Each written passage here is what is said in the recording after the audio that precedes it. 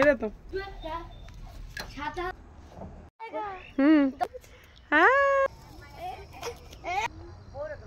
ছুটির দিন মানেই ঘরে বসে বসে মজার মজার খাবার খাওয়া আর ঘুরতে যাওয়া। তাই তো আজকে আমরাও ঘুরতে চলে আসলাম সরিষা ক্ষেতে। কিন্তু দুঃখের ব্যাপার হলো আমরা এসে দেখি ফুলগুলো একদমই কমে গেছে। তারপরও যতটুকু ছিল মাশাআল্লাহ ভীষণ সুন্দর লাগছিল।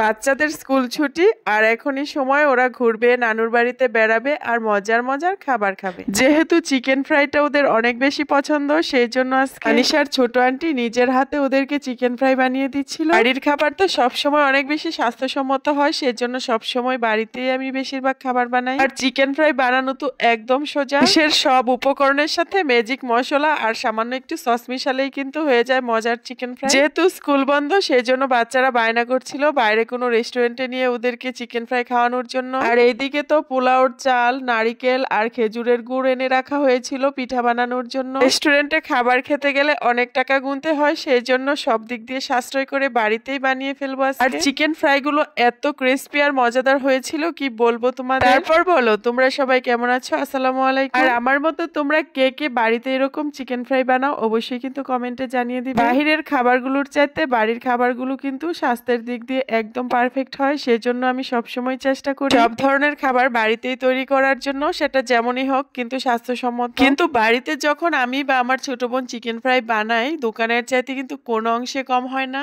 আর চিকেন ফ্রাইটা খেয়ে তো তানিশা একদম সারপ্রাইজ হয়ে গেছে, কারণ এত মজা হয়েছিল। তানিশা তো বুঝতেই পারছিল না যে এটা দোকানে নাকি বাড়িতে বানানো। আমি কিন্তু বাড়িতে সব ধরনের খাবার তৈরি করতে পারি একটু একটু, তাই বাড়িতেই চেষ্টা করি সবসময়। বাচ্চারা যেহেতু ঘুরতে পছন্দ করে সেই জন্য একটু বাইরে খেতে চায়। আর এইদিকে তো এত গরম, ধোয়া ওঠা চিকেন ফ্রাই গুলি তানিশা খেতেই পারছিল না গরমের জন্য। তারপরেও এত মজার ফ্রাই হয়েছিল যে তানিশা শুধু খেতেই চাচ্ছিল। আবার এইদিকে খেজুরের গুড়, নারিকেল রেডি করা হচ্ছিল ভাপা পিঠা বানানোর জন্য। শীতটা আসে শিশির ভেজা কুয়াশার চাদর মাখানো পালকি হয়ে, আর সেই পালকি ভরে নিয়ে আসে পিঠা পুলির মহা আয়োজন। এদিকে তো আমি একদম ফ্যামিলি সাইজের একটি ভাপা পিঠা বানিয়ে ফেললাম, কারণ বারবার একটা একটা করে পিঠা দিয়ে সময় নষ্ট করার কোনো দরকার নেই। পিঠা যেহেতু ভেঙেই খাবো তাই এত সুন্দরের কি দরকার বলো তোমরাই। আর তানিশা তো অনেক মজা করে পিঠা খাচ্ছিল, সাথে তানিশার ছোট ভাইরাও ছিল।